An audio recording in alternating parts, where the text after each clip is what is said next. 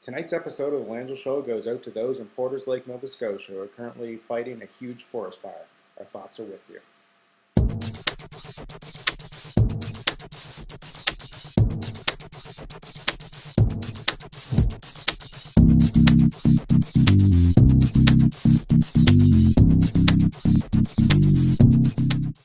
Hey, welcome to episode number 31 of the Langille Show. My name's Brian Langille, and Father's Day is tomorrow, so I thought it'd be a good opportunity to come out here right now and talk about some things that are important between fathers and sons, fathers and daughters, fathers and children, fathers of fathers.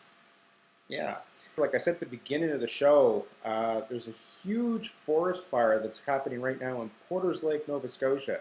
And as of 8 o'clock tonight, it was still out of control, and there's been over 1,500 houses that have been evacuated. Right now, I'm showing pictures that I found on Facebook, so I give credit to all those people who posted them.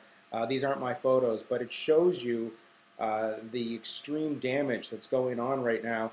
And some of these photos, it looks like clouds. That's not clouds, that's smoke. It's absolutely insane. So this fire is absolutely huge. You've probably seen it on the local news. You've probably seen it on the national news. My heart and my thoughts go out to those of you who are either from Porters Lake, who have friends and family in Porters Lake. I hope everybody returns home safe and that everybody's okay. So apparently there's some controversy right now here at the Langille Show, and I wasn't really aware of it, and I wasn't really trying to piss anybody off, but apparently there's some people from Charlottetown who are kind of mad over the fact that I'm offering to do a live show in Nova Scotia, but I haven't made the chance or the opportunity or the offer to do a live show here in PEI yet. And I didn't really think it was a big thing to do a live show. I thought it'd be kind of cool to do it from Nova Scotia because I'm from there, and it'd be a chance for me to get together with my friends that I grew up with and do a live show there. But apparently the rumor is that people want the live show here in PEI. Maybe a kitchen party, maybe a local establishment. Now, I joked about doing it at a bar in Nova Scotia. I joked about doing it at Curly Portables. If they said, hey, Langille, are you going to come here and film the show? I probably wouldn't say no. But as for bars in Charlottetown, there's not really a lot of bars to begin with. And I don't think that the Langille Show would really fit into some of them. And I don't mean by people, I mean by style and genre and what I do. But if you're offended over the fact that I'm offering to do a live show in Nova Scotia and I haven't made the offer yet in PEI, I personally apologize to you. It wasn't my plan to piss off anybody, but if you want to do a live show in PEI, let me know. Maybe we can work something out. We'll talk about it more when I hear the feedback and reaction of this episode. So I mentioned earlier that tomorrow's Father's Day, and ironically today I had a Father's Day moment, or a very proud father's moment. My son and I went out for a drive this afternoon.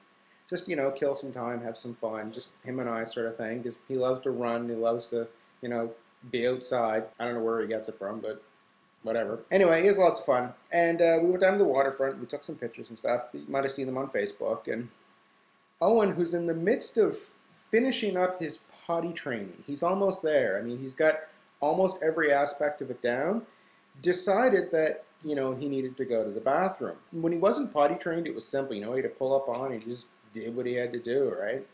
And, we dealt with it afterwards. But now that he's potty trained, he's learned the fact that he has to stop whatever he's doing and go to the bathroom. It's a totally different thing because you have to time your stuff based on what his bladder does. He said, Daddy, I have to go potty. So I was like, okay. So we walked along. We went to the Culinary Institute. So we went in and we asked the commissionaire, I said, my son just needs to use the washroom. Is that okay? And he said, yeah, sure. It's down around the corner and around another corner and in through a door. And, it's like way down there. But, we got there.